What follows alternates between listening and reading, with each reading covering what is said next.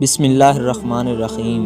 السلام علیکم دوستوں، شمعون نامی مشہور آتش پرست خواجہ حسن بصری رحمۃ اللہ علیہ کا پڑوسی تھا۔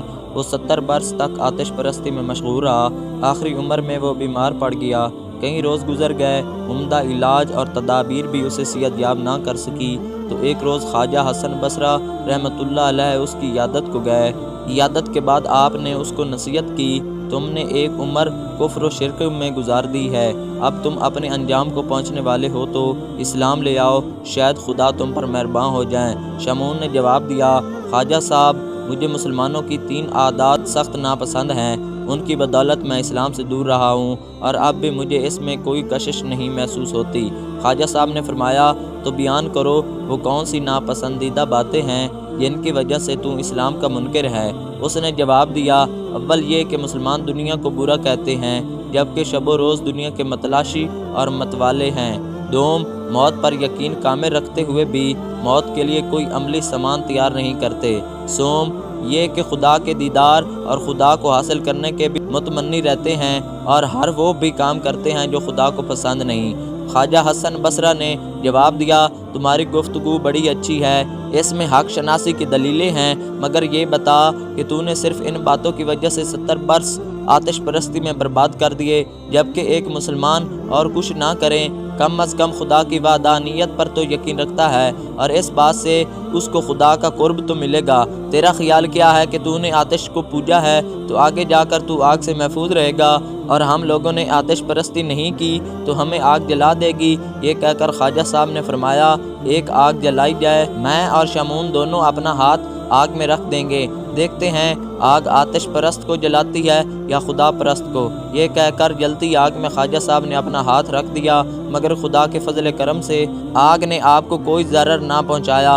شمعون نے یہ روح پرور منظر دیکھا تو اس کا دل ہدایت الہی سے منور ہو گیا اور فوراً خواجہ حسن بصری رحمۃ اللہ علیہ کے آگے ہاتھ جوڑ کر بولا، حضرت اسی وقت کلمہ حق پڑھائیے، کفر و شرک میں ایک عمر برس کی ہے، چند سانس باقی ہیں، کیا خبر یہ گھڑی پھر نصیب ہو کہ نہ ہو۔ اس کے ساتھ یہ مطالبہ کیا کہ اگر میں خدا پر ایمان لے آؤں تو کیا آپ مجھے گارنٹی دے سکتے ہیں کہ میں عذاب الہی سے بچ جاؤں گا؟ خواجہ صاحب نے فرمایا، کیوں نہیں، میں تمہیں لکھ کر دیتا ہوں کہ اگر تم مسلمان ہو جاؤ تو خدا تمہیں ضرور بخش دے گا۔ چنانچہ ایک اقرار نامہ تیار کیا گیا جس پر حسن بصری اور دیگر عادل حضرات کے دستخط بطور گواہ کے رقم کیے گئے۔ پھر شمعون نے کلمہ پڑھا اور مسلمان ہو گیا۔ ادھر وہ مسلمان ہوا، ادھر اس کی روح کف سے انصری سے پرواز کر گئی۔ خواجہ صاحب نے اس کو غسل دیا، کفن پہنایا اور وہ عہد نامہ اس کے ہاتھ میں دے دیا اور اس کو اپنے ہاتھوں قبر میں اتار دیا۔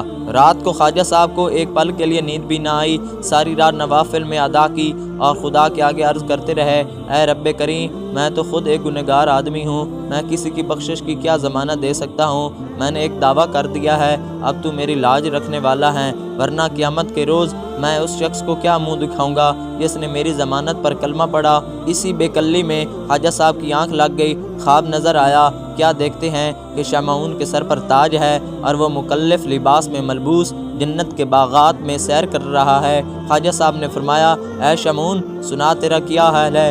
شمعون بولا، اے حسن بصری، میں بتانے کے لیے وہ زبان اور الفاظ نہیں رکھتا کہ خدا نے مجھ پر کیا کیا مہربانیاں کی ہیں، مجھے میرے گناہوں کی معافی دی، مجھے بحشت کے محلات میں اتارا، مجھے اپنا دیدار کروایا اور وہ انعامات دیے کہ بس میں کچھ بھی بیان کرنے کی قدرت نہیں رکھتا۔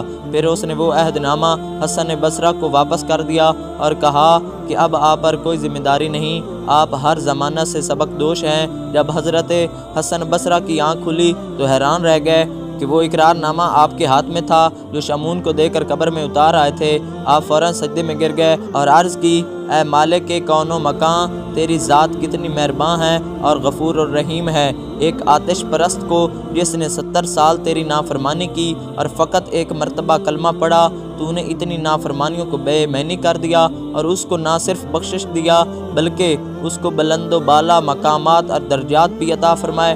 آواز آئی، حسن بصری، تو نے ہمارے بھروسے پر وعدہ کیا اور ایک گمراہ کو سیدھی راہ پر لایا، پھر ہم تمہیں کیوں کر رسوا کرتے؟ ہمیں تو تمہارا بھرم رکھنا منظور تھا۔